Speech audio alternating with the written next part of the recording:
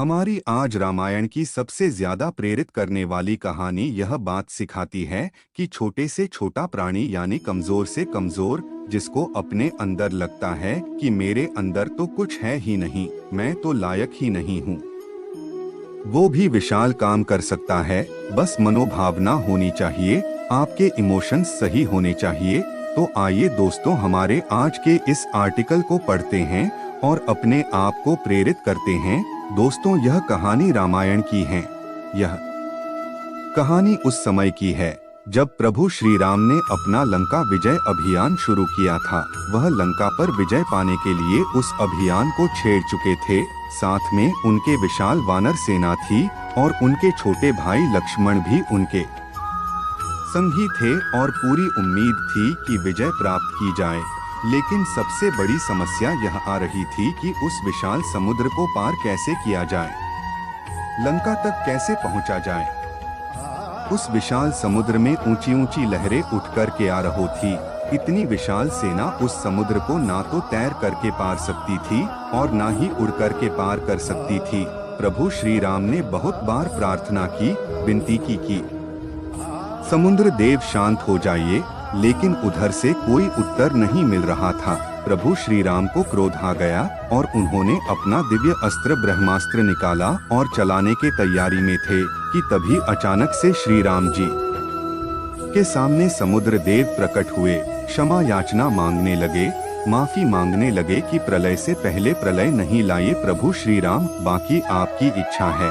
आप मुझे मेरी मर्यादा बनाए रखने के लिए मुझे माफ कीजिए। अगर आप मुझे माफ नहीं करेंगे तो सब कुछ खत्म हो जाएगा, जल का जो रूप है वो खत्म हो जाएगा।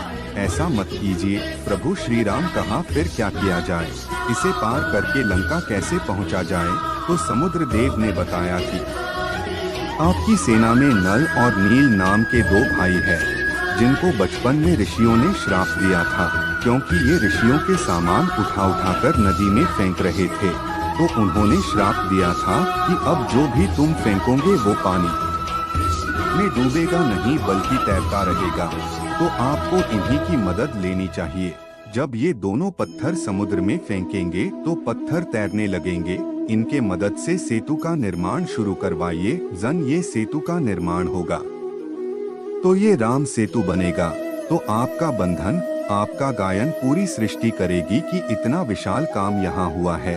और जब ये दोनों भाई इस सेतु का निर्माण करेंगे तो मैं पूरी मदद करूंगा उस सेतु को बांधे रखने में, आपका पूरा साथ दूंगा। प्रभु श्री राम ने कहा, ठीक है, फिर यही होगा।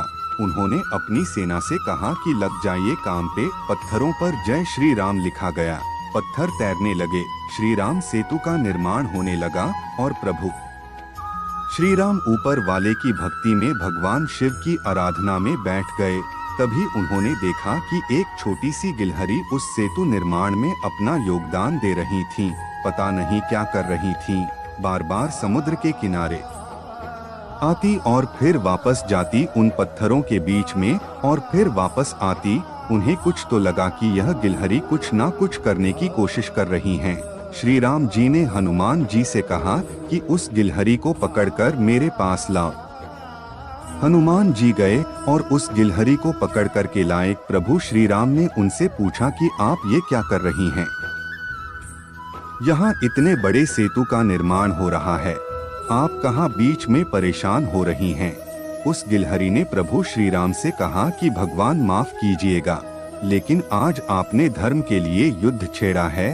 आपने नारी सम्मान के ये नारी रक्षा के लिए, माता सीता की रक्षा के लिए, उनके गौरव की गरिमा के लिए, उसकी रक्षा के लिए, सम्मान के लिए जो युद्ध छेड़ा है, उसमें मैं भी अपना योगदान देना चाहती हूँ। मैं यहाँ किनारे से कुछ मिट्टी, कुछ रेत अपने साथ ले जाती हूँ और वहाँ जाकर के पत्थरों के बीच में छोड़ देती हूँ, ताकि जब आप पत्थर पे चले तो यह पत्थर आपको ना चुभे। मैं इतनी बड़ी तो नहीं हूँ कि पत्थर वहाँ पहुँचा दूँ, इसलिए मिट्टी पहुँचाने का काम कर रही हूँ। प्रभु श्री राम बहुत खुश हुए।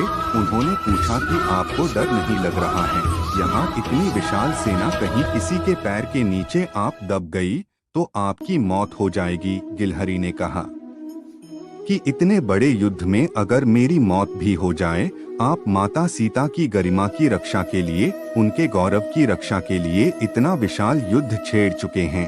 धर्म की रक्षा के लिए अगर इसमें मेरी जान भी चली जाए तो कोई बात नहीं, मेरे लिए यह सम्मान की बात होगी, गौरव की बात होगी। उस नन्ही गिलहरी ने इतनी बड़ी बड़ी बातें की तो प्रभु श्री राम गदगद हो गए और उन्होंने उस गिलहरी की पीठ पर अपनी उंगलियों को फेर दिया। कहा जाता है कि गिलहरी की पीठ पर वो जो निशान होते हैं वो प्रभु श्री राम की उंगलियों के निशान है। दोस्तों, यह खत्म हो गई, लेकिन यह बहुत बड़ी बात सिखाती है कि छोटे से छोटा प्राणी यानी कमजोर से कमजोर, जिसको अपने अंदर लगता है कि मेरे अंदर तो कुछ है ही नहीं, मैं तो लायक ही नहीं हूँ, वो भी विशाल काम कर सकता है। बस मनोभावना होनी चाहिए, आपके इमोशंस सही होने चाहिए। अगर आपको लगता है कि यह काम आपके लायक नहीं है तो आप अपनी ताकत का अंदाजा लगाइए। आप सब कुछ कर सकते हैं, आप चमत्कार कर सकते हैं। छोटे से छोटा व्यक्ति भी बड़े से बड़ा काम आसानी से कर सकता है। बस सही इमोशंस की, सही मेहनत की जरूरत है। और दूसरी बात, जितना हो सके उतना इस दुनिया के काम आते रहिए, औरों के काम आते रहिए, उनके चेहरे पर मुस्कान लाने का काम करते